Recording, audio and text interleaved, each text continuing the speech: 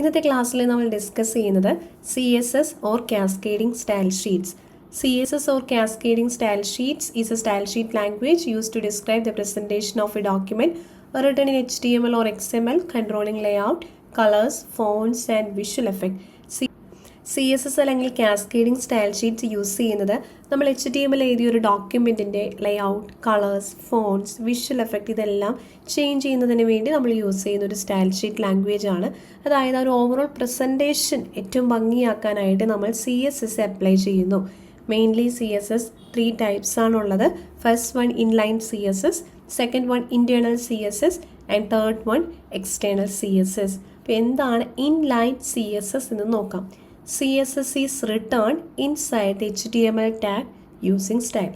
അതായത് HTML ടാഗിൻ്റെ ഉള്ളിലായിട്ട് അകത്തായിട്ട് നമ്മൾ CSS ഏതെങ്കിലും സ്റ്റൈൽ അപ്ലൈ ചെയ്യുന്നുവെങ്കിൽ അതിനെ പറയുന്ന പേരാണ് ഇൻലൈൻ CSS. ഫോർ എക്സാമ്പിൾ ഇവിടെ നമ്മൾക്ക് കാണാം H1 എന്നൊരു ടാഗ് ക്രിയേറ്റ് ചെയ്തു. ഹലോ എന്ന കണ്ടന്റ് ആണ് H1 ടാഗിൽ വരുന്നത്. ഈ ഹലോ എന്ന കണ്ടന്റിനെ റെഡ് കളർ ആക്കുന്നു, പ്ലസ് അതിൻ്റെ ഫോണ്ട് സൈസ് 30 പിക്സൽസ് ആക്കി മാറ്റുന്നു.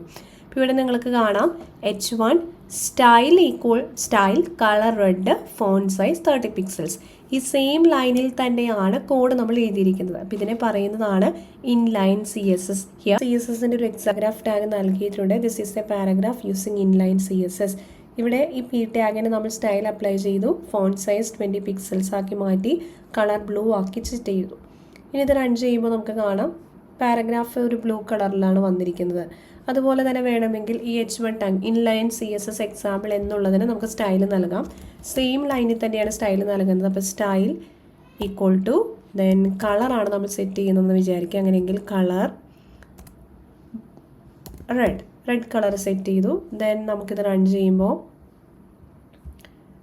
ഹെഡിങ് ഓൾസോ റെഡ് കളറിൽ വന്നിട്ടുണ്ട്. So this is inline CSS. അടുത്തത് ഇൻറ്റേർണൽ CSS ആണ്. CSS return inside style tag in the head section. അതായത് നമ്മുടെ ഹെഡ് സെക്ഷനിൽ സ്റ്റൈൽ ടാഗ് യൂസ് ചെയ്ത് സ്റ്റൈൽ സെപ്പറേറ്റ് ആയിട്ട് എഴുതുന്നതിനെയാണ് നമ്മൾ ഇൻറ്റേർണൽ CSS എന്ന് പറയുന്നത്. അതായത് ആ സെയിം ഫയലിൽ തന്നെ സ്റ്റൈൽ ടാഗ് യൂസ് ചെയ്ത് ഹെഡ് സെക്ഷനിൽ സ്റ്റൈൽസ് ഇൻക്ലൂഡ് ചെയ്യുന്നതിനെയാണ് ഇൻറ്റേർണൽ CSS എന്ന് പറയുന്നത്. ഫോർ എക്സാമ്പിൾ ഇപ്പോൾ ഒരു ബോഡി ടാഗിനകത്തായിട്ട് ഒരു H1 ടാഗ് ഉണ്ടെന്ന് വിചാരിക്കുക.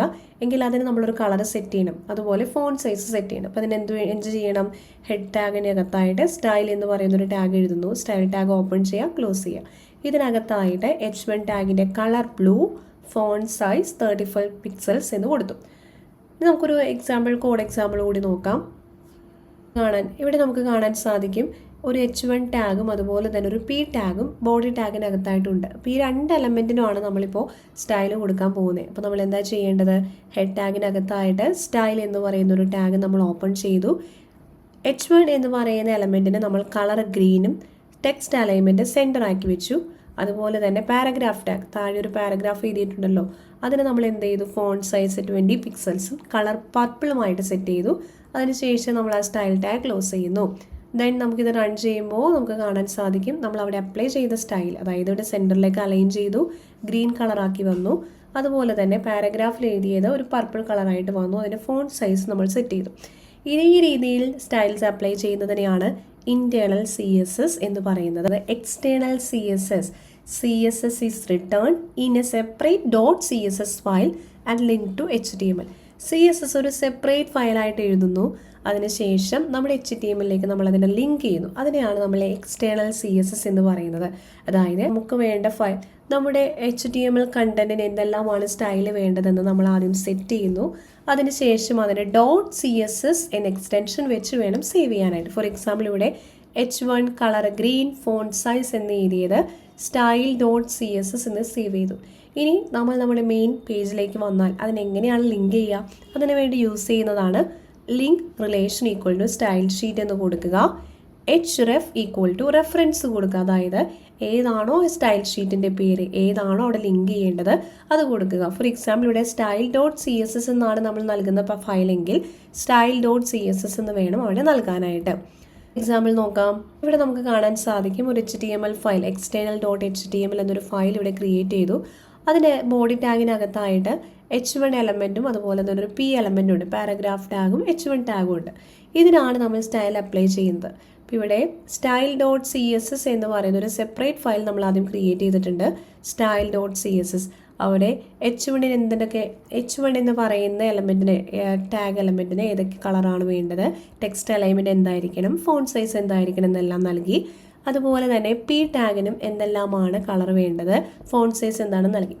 ദെൻ ഈ ഫയലാണ് style.css എന്ന ഈ ഒരു CSS ഫയലാണ് നമ്മുടെ external.html എന്നതിലേക്ക് ലിങ്ക് ചെയ്ത് കൊടുക്കുന്നത്. അപ്പോൾ എപ്പോഴും പേര് കൊടുക്കുമ്പോൾ ശ്രദ്ധിക്കുക, link relation equal to style sheet href equal to style.css. ഇനി നമുക്കിത് റൺ ചെയ്യാം.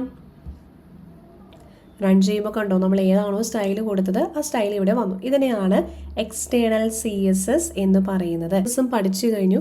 ഇവിടെ ശ്രദ്ധിക്കുക, inline CSS it has the highest priority and overrides other styles but offers no reusability across elements or pages.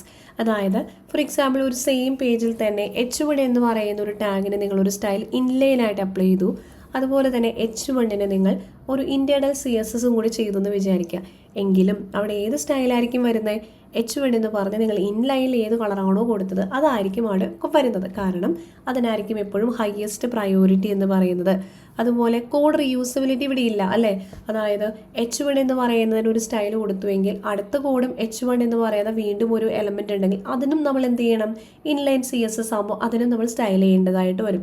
അതേസമയം ഇൻറ്റേർണൽ CSS ആണെങ്കിലോ ഒരു file, ഒരു single file, for example index.html എന്ന സിംഗിൾ ഫയലിനുള്ള എല്ലാ സ്റ്റൈൽസും ഇൻറ്റേർണലായിട്ട് നമുക്ക് അപ്ലൈ ചെയ്യാം. അവിടെയും നമുക്കൊരു സിംഗിൾ പേജ് സ്റ്റൈൽ ചെയ്യാനായിട്ട് യൂസ് ചെയ്യാം. പക്ഷേ മൾട്ടിപ്പിൾ പേജസിന് വേണ്ടി ഇൻറ്റേർണൽ CSS യൂസ് ചെയ്യാൻ പറ്റത്തില്ല. എക്സ്റ്റേണൽ CSS ആണെങ്കിലോ ആ കോഡ് നമുക്ക് റീയൂസബിൾ ആണല്ലേ. അതായത് ഒരു ഫയൽ മാത്രം, ഒരു CSS ഫയൽ എഴുതുക, ആ h1 ടാഗ് എവിടെയെല്ലാം നമ്മൾക്ക് ഏതൊക്കെ കളർ വേണം എന്ന് നമുക്ക് ആഗ്രഹമുണ്ടോ ആ ഈ സെയിം സ്റ്റൈൽ എത്ര പേജിലേക്ക് വേണമെങ്കിൽ ജസ്റ്റ് ലിങ്ക് ചെയ്താൽ മതി നമുക്ക് അപ്ലൈ ചെയ്യാം. അതുകൊണ്ടാണ് എക്സ്റ്റേണൽ CSSൻ്റെ കോഡ് റീയൂസബിൾ ആണെന്ന് പറയുന്നത്. നമ്മുടെ PPTയിൽ ഇൻലൈൻ CSS, ഇൻറ്റേർണൽ CSS അതുപോലെ തന്നെ എക്സ്റ്റേണൽ CSSൻ്റെ കോഡ് എക്സാമ്പിൾസും നൽകിയിട്ടുണ്ട്. അപ്പോൾ ഇന്നത്തെ ക്ലാസ് നിങ്ങൾക്ക് മനസ്സിലായെന്ന് വിശ്വസിക്കുന്നു. എന്തെങ്കിലും ഡൗട്ട്സ് ഉണ്ടെങ്കിൽ താഴെ കമൻറ്റ് ചെയ്ത് ചോദിക്കാം. താങ്ക്